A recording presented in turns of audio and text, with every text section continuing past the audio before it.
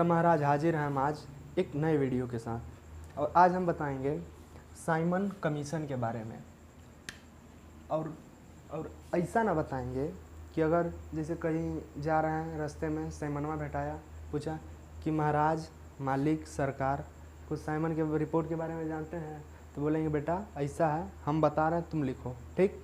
तो इसलिए इसको वीडियो को बिना स्किप किए ध्यान से देखिए, तो आपको साइमन कमीशन से रिलेटेड कोई भी प्रॉब्लम किसी भी एग्ज़ाम में नहीं आएगी। तो इसको शुरू करने से पहले हमको ये बात मालूम होना चाहिए कि सन 1919 में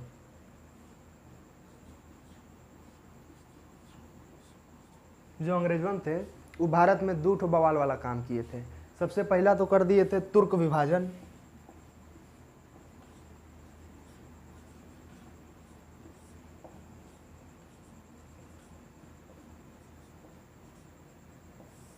और दूसरा एक ठो और सबसे गलत काम कर दिए थे, वो है जलियांवाला बाग।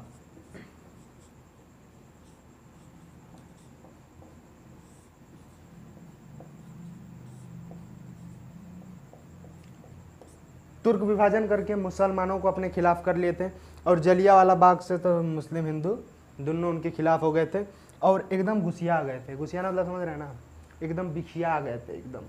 तो इसलिए उन लोगों का गुस्सा शांत करने के लिए ये सब जो अंग्रेज लोग थे वो दिमाग लगाएं कि अगर इन लोग का अगर अभी गुस्सा शांत नहीं किया जाएगा तो ये सब ना, जैसे 1857 में क्रांति हुई थी, 1857 की क्रांति, वैसे ही एक नई क्रांति का शुरू कर देंगे, फिर दिक्कतों का सामना करना पड़ेगा। इसलिए सोचे कि इन लोग के लिए कुछ रिपोर्ट किया जाए और कुछ बढ़िया इन लोगों को छूट दिया जाए। तो 1919 में भारत में द्वैध शासन लाया गया।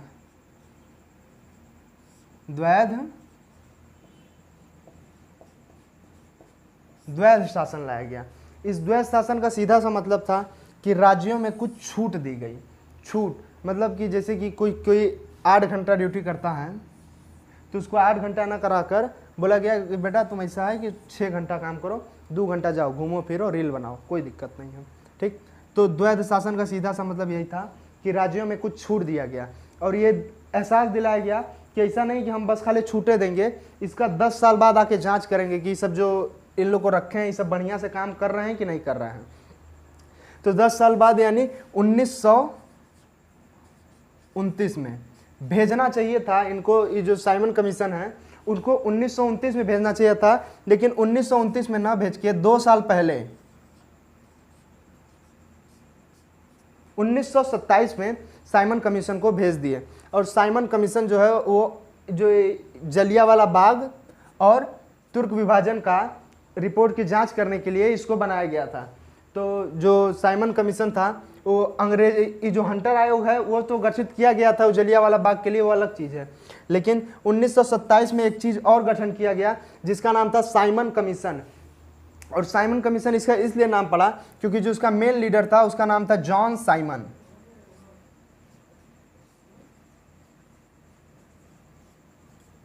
जॉन साइमन इसका मेन लीडर था और इसके साथ 6 सदस्य और थे।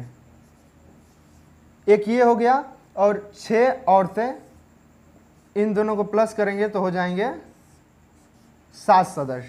तो अगर क्वेश्चन पूछता है कि जो साइमन कमीशन था उसमें कितने सदस्य थे तो आंसर हो जाएगा 7। और सबसे मजे की बात यह है कि जितने भी सदस्य थे कुल अंग्रेज थे।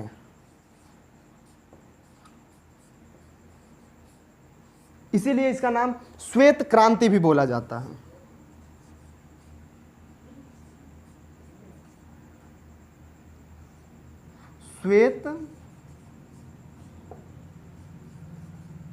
इसे हम श्वेत क्रांति के नाम से भी जानते हैं। तो और ये जो आए थे सब अंग्रेज थे, भारत में जांच करने के लिए आए थे। तो सब लोगों ने इसका खुल के विरोध किया। बोला गया कि जब भारत में कांड हुआ है तो अंग्रेज को क्या पता कि क्या कांड हुआ है। तो जब इसमें, और सबसे मजे की बात यह थी कि इसमें एक भी हिंदुस्तान के सदस्य नहीं थे। अब यही बताइए कि मतलब जैसे कि कहीं का जांच वाँच करना है, अगर वहीं का अगर कोई सदस्य नहीं रहे तो क्या बताइए, अंग्रेज आया है और भारत में कहाँ जांच करेंगे? उसको तो यो नहीं पता होगा कि भारत की कौन सी गली कहाँ जा रही है, कौन किसके बेडरूम में घुस जाएगा आगे जाके और कौन किसके बाथरूम में। ठीक। तो इसीलिए इन्होंने खुल के विरोध किया। तो इसको ऐसा है कि पूरा इसको मिटा देते हैं, उसके बाद फिर आगे बताते हैं। तो इसका जो गठन हुआ था साइमन कमीशन का, वो हुआ था 1927 में। 1927 में 8 नवंबर के दिन, 8 नवंबर 1927 में साइमन कमीशन का गठन हुआ था। लेकिन जब भारत आया, क्वेश्चन पूछेगा कि साइमन कमीशन भारत कब आया, तो हो जाएगा 1928।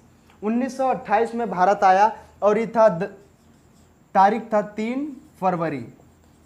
3 फरवरी 1928 के दिन साइमन कमीशन भारत में उतरा और इसका खुल के विरोध किया गया। काला झंडा दिखा के, काला काला झंडा लेके सब नारा लगा रहे थे, Simon go back, Simon go back, Simon commission वापस जाओ। और इसका खुल के विरोध एक नेता थे जो थे लाला लाजपत राय।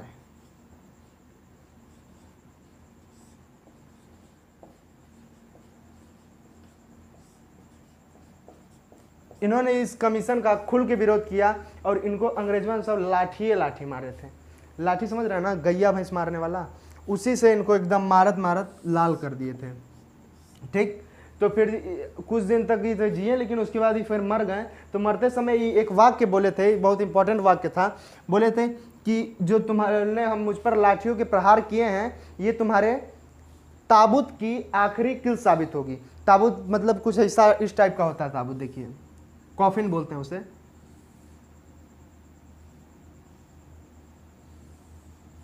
ठीक। और इसी में अंग्रेजों ऐसे लेटा देते हैं और उसके बाद फिर ना इसके ऊपर किल मारना शुरू कर देते हैं, जैसे 1 किल, 2 किल, 3 किल, 4 किल, ऐसे ठीक मारते रहते हैं। ठीक। और लेकिन अगर जैसे कि कोई उनका आ गया, परिवार का कोई आ गया उसको देखने हैं, तो ऐसा है जितना कुल किल मारे रहेंगे, कुल खोल के फिर उसके बाद दिखा देंगे कि देखिए भैया ये मरे हैं। ठीक। लेकिन अगर इसे मारते गए मान लीजिए ये हो गया उसका आखिरी किल हो गया, तो आखिरी किल अगर मरा गया, उससे पहले अगर आ गया तब समझ लीजिए दिखा देंगे। अगर आखिरी किल मराने के बाद अगर कोई गया तो उसको नहीं दिखाएंगे। तो इसका मतलब कुल मिला जुला के एकदम सीधा सा तात्पर्य था कि आखिरी किल मराने के बाद इन लोग के जीवन का एकदम अंत हो जाता है। मतलब कोई फिर ना इसको अपने परिवार वाला कोई देख सकता है, कोई भी इनको देख नहीं सकता है। तो इसीलिए लाला लाजपत राय ने बोला था कि मेरे ऊपर जो तुमने लाठियों का प्रहार किया है वो तुम्हारे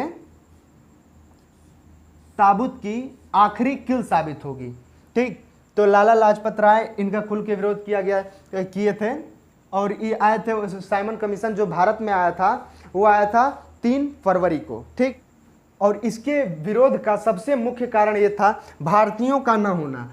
इसमें 7 सदस्य, सातों के साथ गोरे यानी अंग्रेज, सातों के सातों अंग्रेज सदस्य थे और भारतीयों को इन्होंने नहीं रखा था। अब भारत का जांच करना है, अगर भारत का ही कोई सदस्य नहीं रहेगा तो जांच कैसे होगा। अब कोई क्या कहते हैं, ये मर्सिडीज में बैठ के साइकिल वालों का दुख नहीं समझ सकता है। ऐसे ही एक तो कहानी हुई थी फ्रांस की क्रांति में। फ्रांस की क्रांति में भूखमरी से लोग मर रहे थे, एकदम उन लोगों को खाने के लिए रोटी तक नहीं थी। तो उसमें रानी जो थी वहाँ की फ्रांस की, वो ऐसा है कि सोची कि बाहर निकली घूमने फिरने, तो देखी कि सब जितना वहाँ के जनता लोग थे चिल्ला रहे थे रोटी दो, रोटी दो, रोटी दो। तो वो जो उनका जिसके साथ गई थी, उनका जो ड्राइवर था, ड्राइवर नहीं था, सारथी था, रथ था, ठीक ना। तो उसमें वो बोला, उससे पूछी कि सब कहा रोटी रोटी क्यों चिल्ला रहा है। तो बोल रहे हैं कि महारानी इनके लिए खाने के लिए रोटी नहीं है। तो बोली कि रोटी नहीं तो अच्छा पाव रोटी खा लें, केक खा लें। तो मतलब उनको इतना भी नहीं पता था कि रोटी नहीं है तो पाव रोटी कहाँ से आएगा। उनको लगा ना कि जैसे मार्केट में रोटी बिकना बंद हो गया है तो ऐसा है कि वो केक खरीद के खा लें। ठीक। तो वही मतलब कि जिसके बारे में अगर जानना है तो उस स्तर के लोग होने चाहिए, तभी उसके बारे में बढ़िया से जांच हो सकती है।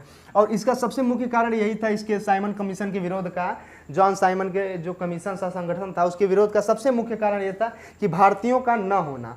उसके बाद है Nehru report. Nehru report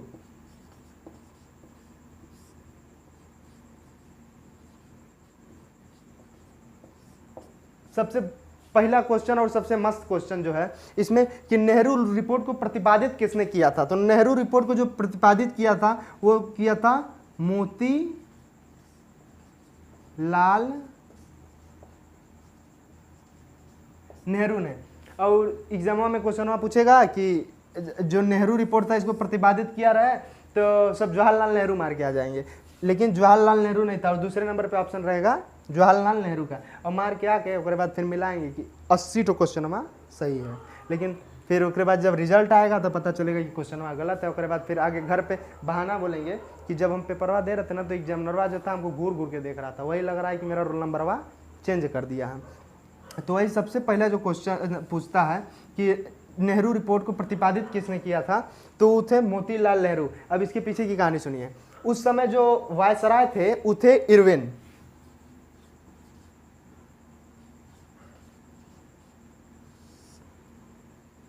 Irwin चचा जो थे उस समय के वायसराय थे। इरविन चचा तो हो गए वायसराय, और उस समय एक राज्य सचिव हुआ करता था।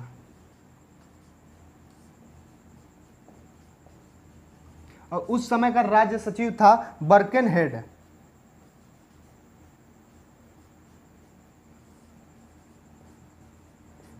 बर्केनहेड था।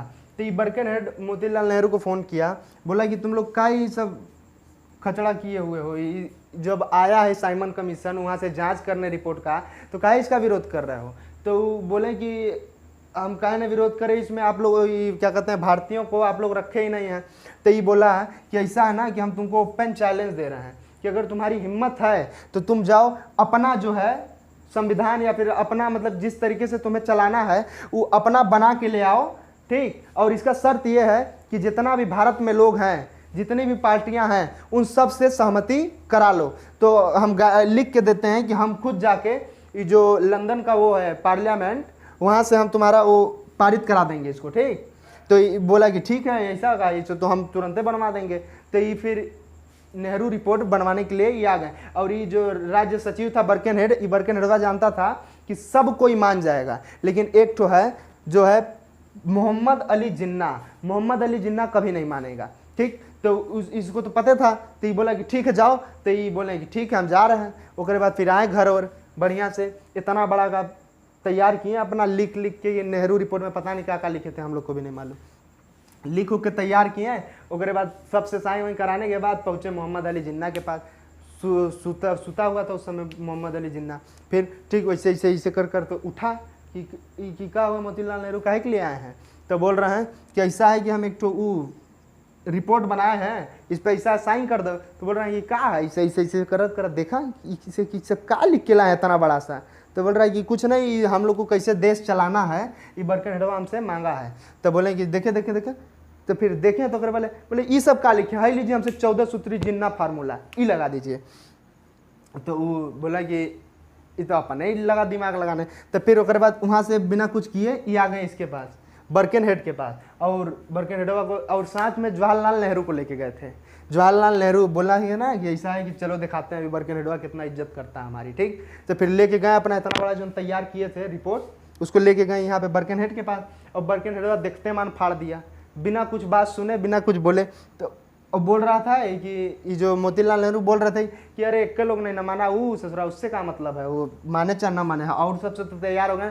तो लेकिन जो इसका शर्त था, मेन शर्त यही था कि सभी पार्टियां राजी हो जाना चाहिए, ठीक। तो उसके बाद फिर बोला कि इसका तुरंत जो रिपोर्ट था कुल फाड़ फोड़ के फेंक दिया। तो उसके बाद कुछ दिन बाद फिर मोहम्मद अली जिन्ना आया, बोला कि भैया हमारा 14 सूत्री जिन्ना फार्मूला तो पारित करवा दीजिए।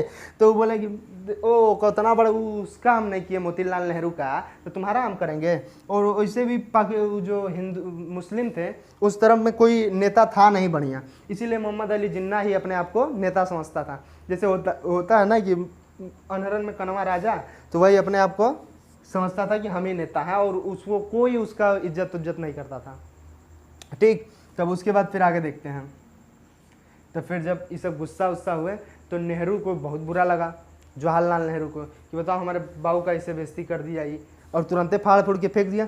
तो जवाहरलाल नेहरू बोले हम बदला जरूर लेंगे इनसे, ये जो बर्केनहेड जी हैं इनसे हम बदला लेंगे। और उसके बाद से इनका इतना ना भयंकर बेइज्जती किया ये बर्केनहेड मोतीलाल नेहरू का, उसके बाद से फिर नेतागिरी बंद कर दिए और इनके जगह पे जवाहरलाल नेहरू नेतागिरी में आ गए। और जवाहरलाल नेहरू बर्केनहेडवा से वो बदला लेने के बारे में सोच लिए। क्यों न सोचे, क्या कि ये अपने पापा का बहुत इज्जत करते थे, क्योंकि इनको जो है एकदम पलकों पे बिछा के रखते थे। ये जो थे ना मोतीलाल नेहरू, जवाहरलाल नेहरू को एक दिन ऐसा हुआ था कि जहाँ पढ़ने गए थे लंदन में, तो वहीं पे इनका एक दोस्त था, अंग्रेज था, ठीक ना, वो अपने गाड़ी पे इनको बैठाया नहीं जवाहरलाल नेहरू को। तो फिर उनको मोतीलाल नेहरू को पता चला कि हमारे लड़का को बैठाया नहीं है। तो जिस स्कूल में वो पढ़ते थे उस स्कूल में 7 गेट था, 7 गेट पे गाड़ी लगवा दी, 7 गेट पे गाड़ी लगवा दी कि मेरा लड़का जहाँ से भी निकलेगा उसको वहीं पे गाड़ी मिल जाए। हाँ वही लगवाए होंगे, उसको क्या कहते हैं, उस समय की गाड़ी फेमस वही थी, कमांडर यही सब लगवाए होंगे। अब तो कमांडर में सवारी ढूंढने का काम करता है, और मैं कुल बैठ जाएंगे और जो ड्राइवर रहेगा ना अपने जगह भी बैठा लेगा, ऐसे करके ऐसे ऐसे गाड़ियाँ चलाता है, ठीक। इसके बाद आगे देखते हैं, इसको ऐसा है ना कि पूरा मिटा देते हैं, फिर उसके बाद आगे बताते हैं। जो साइमन कमीशन था उसका भारत में भयानक विरोध हुआ, एकदम मतलब चरम सीमा तक इसका जो विरोध किया गया। लेकिन फिर भी सन 1930 में इसने अपना रिपोर्ट प्रस्तुत कर दिया, और इसी से एक अधिनियम बना जिसे हम कहते हैं भारत शासन अधिनियम 1935, जिससे जो भारत का एक राज्य हुआ करता था म्यांमार यानी बर्मा, भारत से अलग होकर एक स्वतंत्र देश बन गया, भारत शासन अधिनियम 1935 के तहत, ठीक। और ये जो नेहरू रिपोर्ट था, ये नेहरू रिपोर्ट कुछ था नहीं ज़्यादा, बस इसका साइमन कमीशन का विरोध करने के लिए जो हिंदू के तरफ से दिया गया था, हिंदू वाले पार्टी की तरफ से दिया गया था वो है नेहरू रिपोर्ट, और जो मुस्लिम की तरफ से दिया गया था 14 सूत्री जिन्ना फार्मूला, और दोनों का दोनों पारित नहीं किए, काहे कि उनका सिर्फ एक बात बोले थे बर्केनहेड कि जाइए दोनों लोग सब पार्टियों से साइन करा के आइए, तो हम खुद जाकर लंदन के पार्लियामेंट से आपका रिपोर्ट जो है हम पारित करा देंगे। लेकिन ये जान रहे थे कि दोनों एक दूसरे से कभी मिलेंगे नहीं, और इन लोग का सबसे बढ़िया नीति यही था, फूट डालो और राज करो, ठीक। हिंदू को लड़ा देता था, फिर मुस्लिम को लड़ा देता था, फिर जब दोनों लड़ के आए तो दोनों को बोलता था बेटा लड़ गए, आओ, दोनों को बढ़िया से समझा देता था। तो यही था साइमन कमीशन और नेहरू रिपोर्ट। मिलते हैं अगली वीडियो में, तब तक के लिए वंदे मातरम। और ऐसा है कि जो चैनलवा है उसको सब्सक्राइब कर दीजिए, और जो वीडियो है उसको लाइक कर दीजिए। महाराज ज़्यादा कुछ थोड़े मांग रहे हैं, आपके प्रॉपर्टी में हिस्सा थोड़ी मांग रहे हैं। चलिए ठीक, इसको आप एक लाइक दे दीजिए और एक सब्सक्राइब